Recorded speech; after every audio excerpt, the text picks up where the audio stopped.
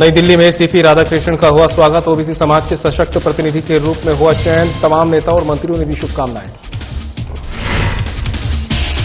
ललित नारायण मिश्रा आर्थिक विकास एवं सामाजिक परिवर्तन संस्था का निरीक्षण। सीएम नीतीश ने किया निरीक्षण। शैक्षणिक गतिविधियों के लिए विस्तृत जानकारी। गया पहुंचे केंद्रीय गृह राज्य मंत्री नित्यानंद राय। केंद्रीय मंत्री ने विपक्ष पर साधा निशाना। जनता को गुमराह करने का लगाया आरोप।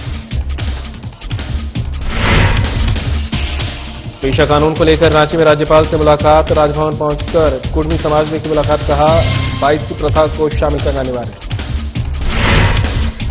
और एसटीईटी परीक्षा की मांग को लेकर पटना में छात्रों का आंदोलन। सीएम आवास घेराव के लिए सड़कों पर उतरे हजारों युवा प्रदर्शनकारियों को पुलिस ने गांधी मैदान के पास रोका।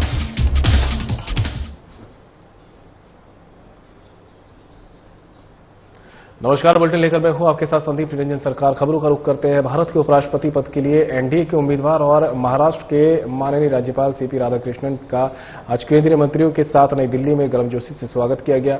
वहीं प्रधानमंत्री नरेंद्र मोदी और एनडीए द्वारा राधाकृष्णन का चयन ओबीसी समाज के सशक्त प्रतिनिधि के रूप में किया गया है, जो सामाजिक न्याय की दिशा में एक महत्वपूर्ण कदम है। ये प्रधानमंत्री मोदी और एनडीए की सामाजिक न्याय को बढ़ावा देने की प्रतिबद्धता का सुंदर उदाहरण है। इस अवसर पर केंद्रीय मंत्री समेत कई नेता भी मौजूद रहे।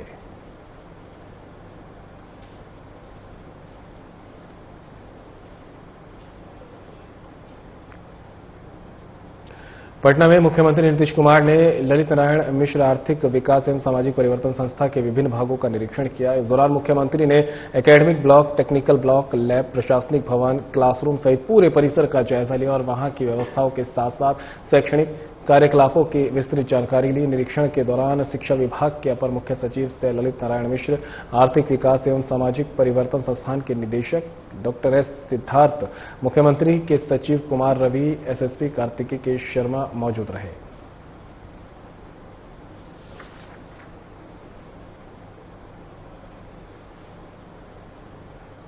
गया में केंद्रीय गृह राज्य मंत्री नित्यानंद राय ने आरजेडी और कांग्रेस पर जमकर हमला बोला। इस दौरान उन्होंने कहा कि 2005 में ही बिहार से चोरों को भगा दिया गया था, लेकिन अब आरजेडी और कांग्रेस चोर चोर मौसेरे भाई की तरह साथ खड़े हैं। नित्यानंद राय ने आरोप लगाया कि लालू प्रसाद यादव के शासनकाल में घोटालों का पहाड़ खड़ा हो गया था और बिहार बदनाम हुआ था। उस दौर में अपराधियों को संरक्षण मिलता था और अपहरण उद्योग फल फूल रहा था। साथ ही उन्होंने कहा कि आरजेडी और कांग्रेस फर्जी वोटरों को बचाने की कोशिश कर रहे हैं।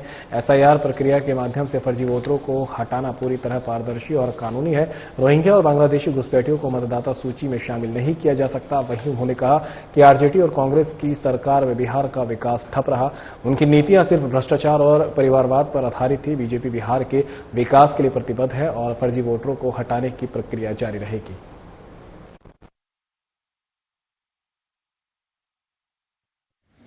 के भाषण को मैं देखा, कह रहे हैं कि चोर को भगाओ, अब बिहार को बचाओ।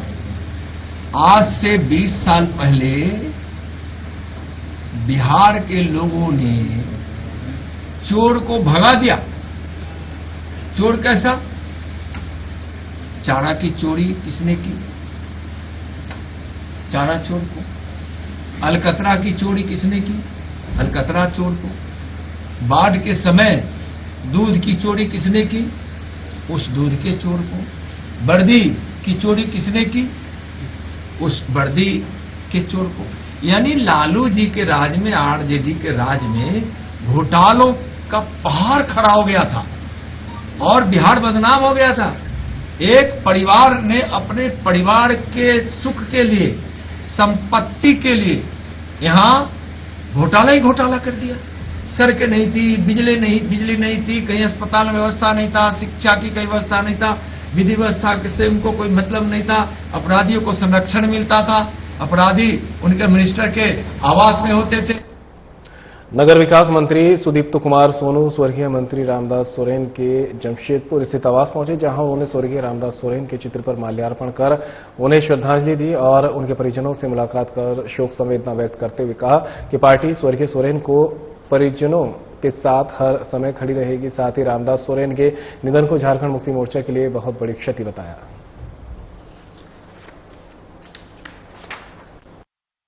रामदास दा के निजी आवास पर उनके बेटे के साथ, उनके परिवार के साथ हम लोग मौजूद हैं और कहीं न कहीं रामदास दा ने अपने पूरे जीवन काल में अलग राज्य के आंदोलन से लेकर मुक्ति मोर्चा को जिस तरीके से सींचा है, हमारे लिए एक बहुत बड़ी क्षति है।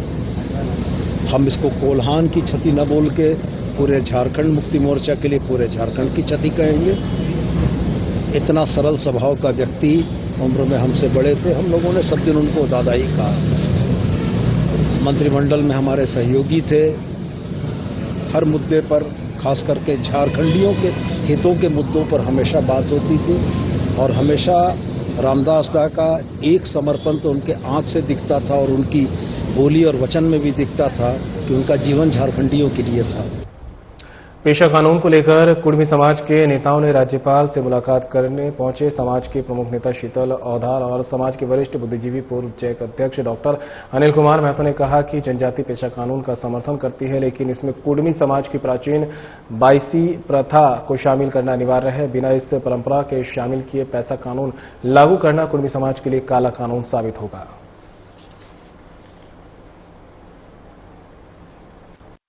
कुर्मी समाज का एक प्रतिनिधिमंडल महामहिम राज्यपाल महोदय जी से मुलाकात की और एक मांग पत्र देकर आग्रह किया गया है कि जो पेशा एक का जो ड्राफ्टिंग बना है, उस ड्राफ्टिंग में जो कुर्मी समुदाय का जो बाईसी प्रथा है, उस प्रथा को उसमें ऐड किया जाए। इसलिए उसको ऐड करने की बात आ रही है कि कुर्मी एक सशक्त जनजाति है और कुर्मी जनजातियों का अपना एक व्यवस्था है। उस व्यवस्था के तहत कुर्मी जनजाति अपना जीवन व्यापन करते हैं।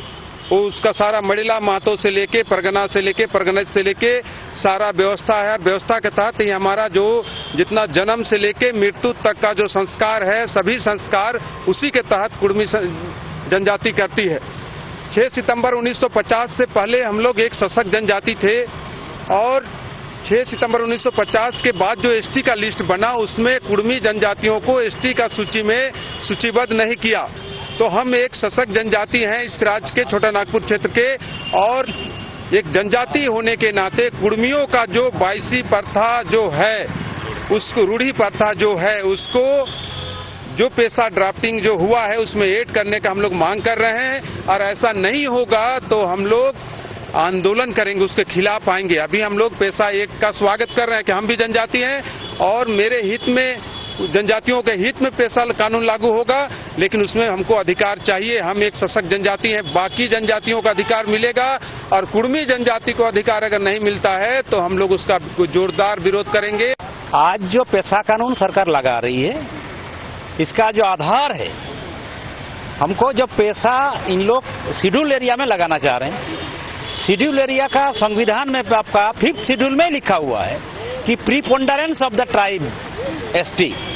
प्रीपोंडरेंस मतलब एटलीस्ट 50%, एटलीस्ट माने बहुसंख्यक, माने बहुत ज्यादा। तो आपका जितना जिला है, इधर रांची जिला हो, पूर्वी सिंहभूम हो, आपका सरायकेला खरसावां हो, यहाँ पर तो नहीं है उन लोग। यहाँ पर हम हैं, तब मिला के इन लोग उसको 2007 में जो भेजा था, 2007 में क्या बोला गया था उस टाइम कि इन लोग तो गैर अधिसूचित आदिवासी है, इसलिए हम लोग को सब ले करके उन लोग बढ़ा दिया और आज इसको शेड्यूल एरिया में घोषित कर दिया। रांची जिला हो, चाहे पूर्वी पश्चिम सिंहभूम हो, चाहे सरायकेला खरसावां हो।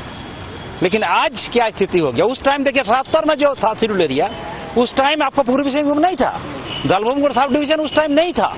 तो बाद में कैसे आप जोड़ दिए? कहां से उस टाइम आदिवासी पॉपुलेशन आ गया भाई?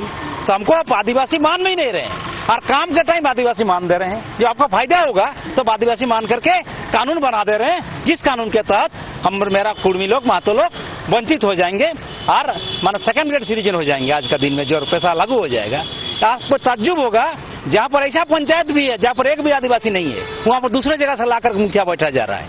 इसका मतलब क्या हो रहा है? ये तो कभी भी ऐसा नहीं हुआ है। ऐसा माने हम लोग का संविधान ऐसा नहीं बोलता है। संविधान इवन हम लोग का पंचायत कानून जो है उसमें ही बोलता है कि जहां मेजोरिटी है उसके आधार पर होगा। आप लोग देखे होंगे जो हम लोग का झारखंड राज्य पंचायत अधिनियम जो है उसमें भी यही लिखा हुआ है। लेकिन आज क्या हो रहा है? आज जो मूलवासी जो है आदिवासी छोड़ के, उन लोग का क्या होगा? उन लोग कहाँ जाएंगे? उन लोग झारखंड बनाया, झारखंड में उन लोग का योगदान सबसे ज्यादा रहा, और झारखंड बनने के बाद जो कानून बना, कानून में हम वंचित रह रहे, हम सेकंड ग्रेड सिटीजन हो जा रहे हैं, तो हम कहां जाएंगे? यही राज्यपाल को महामहिम को बोले। नागपुरी भाषा परिषद के बैनर तले एक सदस्यीय टीम झारखंड के राज्यपाल से मुलाकात करने पहुंची, जिसमें पद्मश्री मधु मंसूरी, महासचिव शकुंतला मिश्र सहित सदस्यों ने राज्यपाल से मिलकर नागपुरी भाषा को बेहतर पहचान दिलाने के लिए अवगत कराया। मौके पर पद्मश्री मधु मंसूरी और महासचिव शकुंतला मिश्रा ने कहा कि नागपुरी झारखंड के मूल निवासी सदान एवं कई जनजातियों की लोकप्रिय मातृभाषा एवं दोनों समुदाय को जोड़ने वाली संपर्क है। आज झारखंड के कई ऐसे सरकारी विद्यालय और बगैर शिक्षण के बच्चे इस विषय पर बेहतर प्रदर्शन कर रहे हैं। यदि सरकार विद्यालयों में नागपुरी शिक्षण रख दे तो बेहतर परिणाम देखने को मिल सकते हैं। इस राज्य में नागपुरी भाषा का बड़ा ही पहचान रही है, इसलिए सरकार इस पर ध्यान दे तो इस पर बेहतर हो सकता है। आज हम लोग ये पांचों आदमी नागपुरी भाषा को लेकर माननीय राज्यपाल महामहिम राज्यपाल महोदय से मिलने आए थे।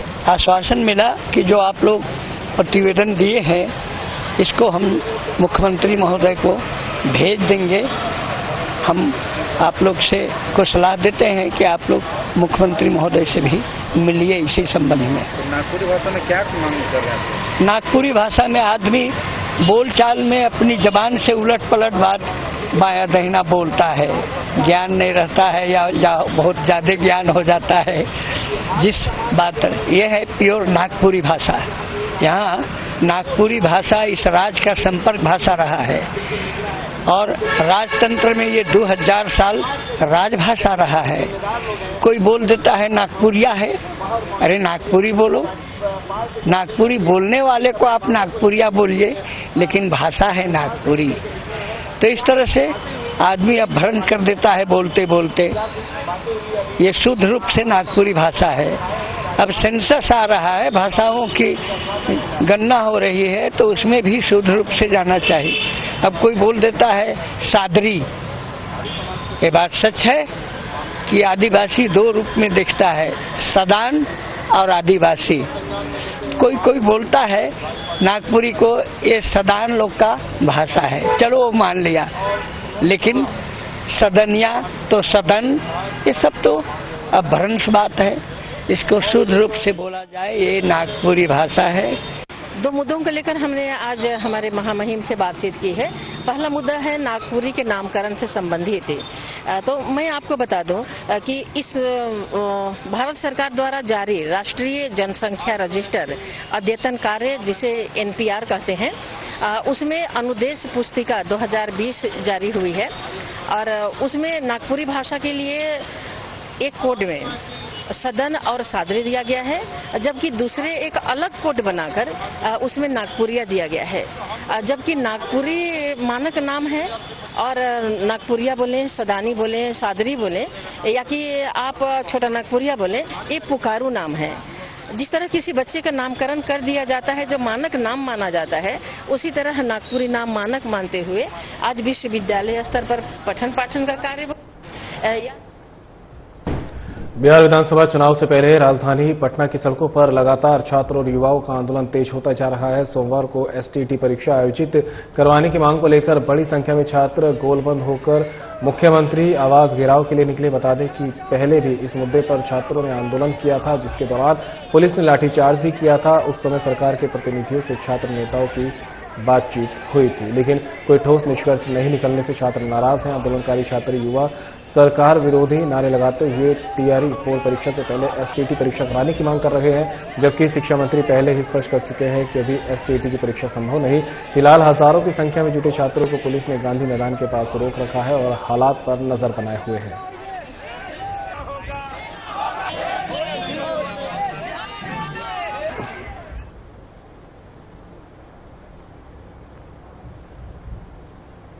झारखंड सहायक आचार्य नियुक्ति परीक्षा 2023 का रिजल्ट जारी कर दिया गया है। परीक्षा परिणाम की गड़बड़ियां बताते हुए सहायक आचार्य अभ्यर्थी के छात्र नेता राहुल कुमार क्रांति ने अपने सहयोगियों के साथ राज्यपाल से मुलाकात की।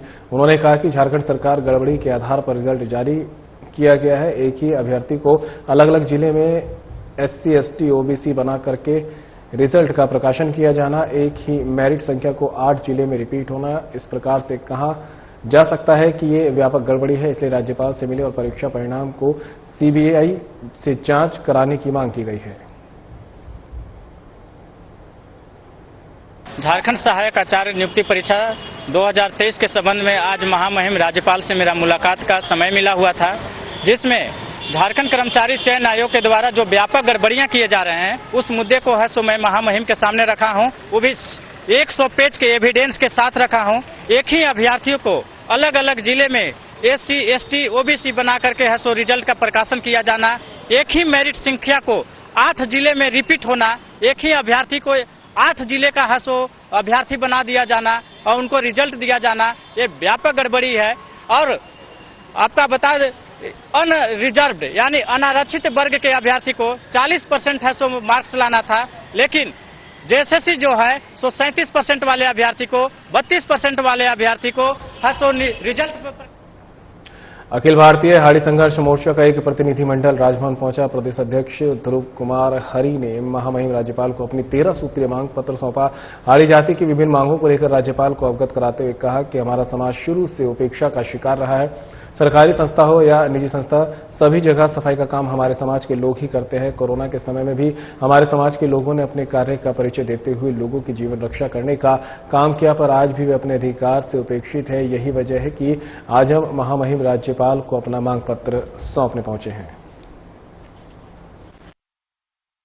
विगत 7 अगस्त को हम लोगों ने महामहिम राज्यपाल के समक्ष हम लोगों ने 13 सूत्री मांगों को लेकर के हाड़ी समाज के हाड़ी अधिकार महाधरना हम लोग कार्यकर्ता लोग जुटे थे और 13 सूत्री मांग था। तो उसी आलोक में आज महामहिम राज्यपाल महोदय जी के माध्यम से हम लोगों का समय मिला था।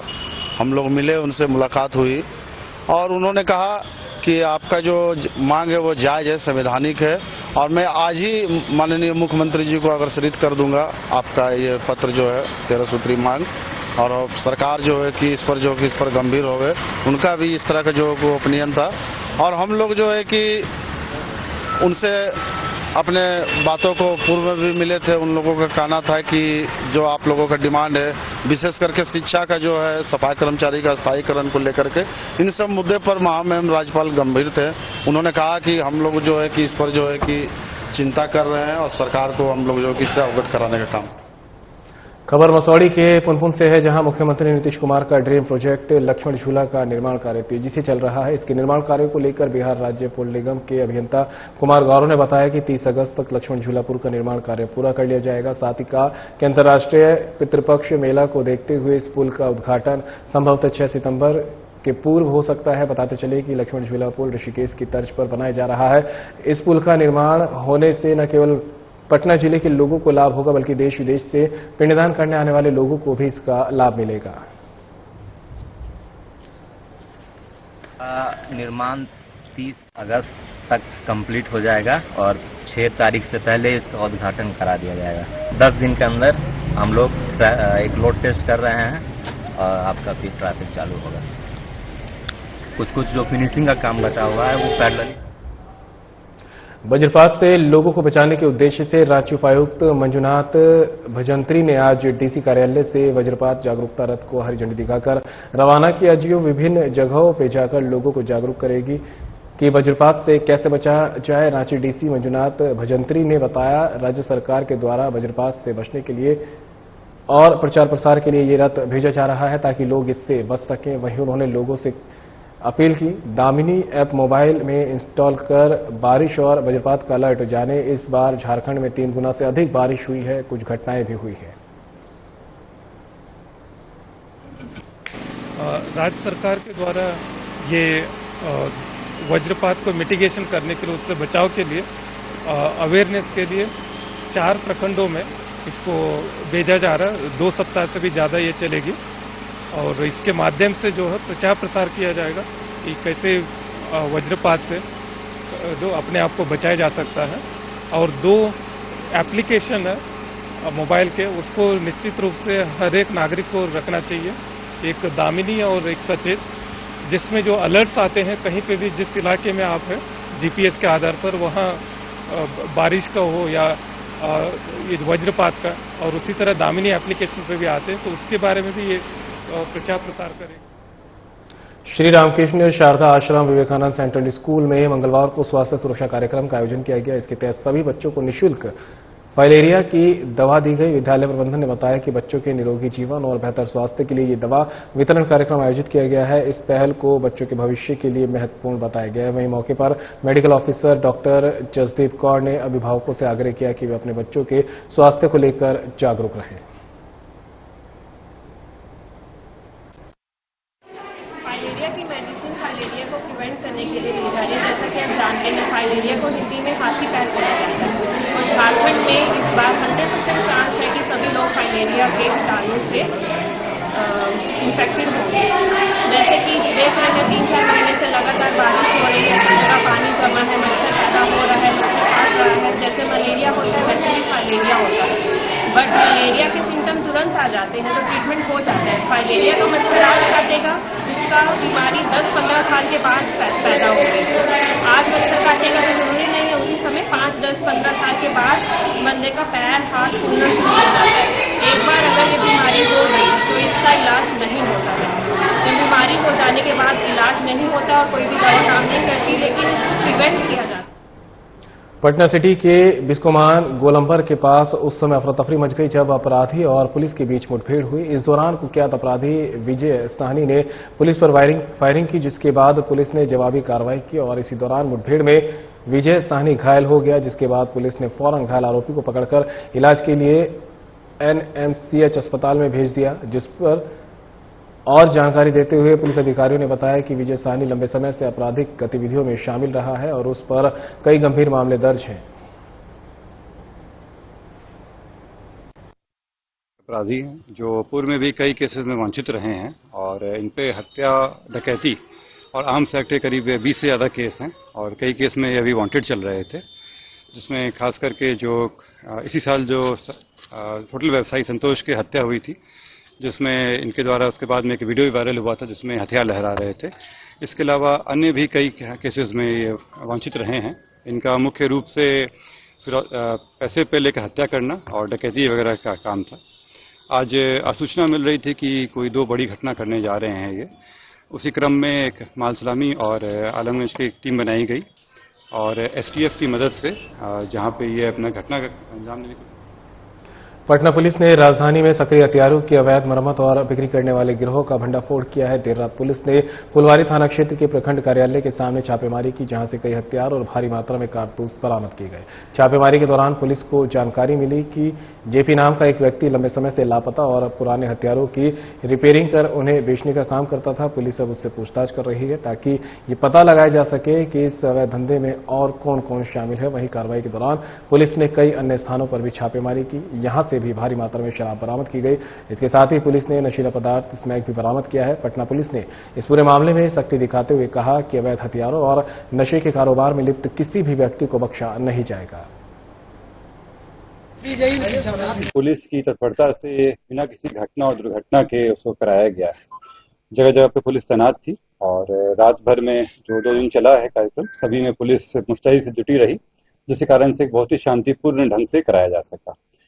पुलिस की चौकसी के कारण कल कई जगहों से हथियार की बरामदगी हुई, शराब की बरामदगी हुई, इसके साथ साथ स्मैक की भी बरामदगी हुई है। इसी संबंध में आप लोगों से बात करनी थी। पहला मामला गजनी बाग और फुलवारी शरीफ से संबंधित है। इसमें ईआरवी को एक सूचना मिली कि एक व्यक्ति गजनी बाग क्षेत्र में हथियार के साथ गाली गलौज कर रहा है। सत्यापन हेतु जब लोग गए तो उस व्यक्ति की पहचान की गई और व्यक्ति के घर पर रेड किया गया। मनीष भूषण नाम के व्यक्ति हैं। इनके घर पर जब रेड किया गया तो इनके पास एक 2 नाली बंदूक, एक देसी पिस्टल, 2 मैगजीन, 21 जिंदा कारतूस, 2 फायर किया हुआ कारतूस और 2 खोखा। गया जिले के गुरारू बाजार में बीती देर शाम बड़ा हादसा हो गया। कई सालों से बंद पड़ी केरोसिन टंकी की सफाई के दौरान दम घुटने से 3 मजदूरों की मौत हो गई। जानकारी के अनुसार सबसे पहले छोटू पासवान टंकी में उतरा, लेकिन वह बेहोश हो गया। उसे बचाने के लिए सोनू और सागर भी टंकी में उतरे, लेकिन उनकी भी दम घुटने से मौत हो गई। स्थानीय लोगों ने उन्हें बाहर निकालकर अस्पताल पहुंचाया, लेकिन डॉक्टरों ने उन्हें मृत घोषित कर दिया। मुझे पता चला 30 मिनट के बाद दुर्घटना का। मैं गया तो देखा तीनों गिरे पड़े हैं। वहाँ पे कुछ रस्सी वगैरह और कुछ सरिया वगैरह पड़े हुए थे, उसके जुगाड़ से किसी तरह उनके कलाई में फंसा के रस्सी को हमने बाहर खींच लिया और फिर बचाने का प्रयास किया। समथिंग 10 मिनट में रेस्क्यू कंप्लीट मैंने कर लिया था, तीनों को बाहर निकाल लिया था 10 मिनट में। और कुछ लोग हमारे साथ थे, ये बच्चे भी थे, 3-4 लोग हम लोग लड़के थे।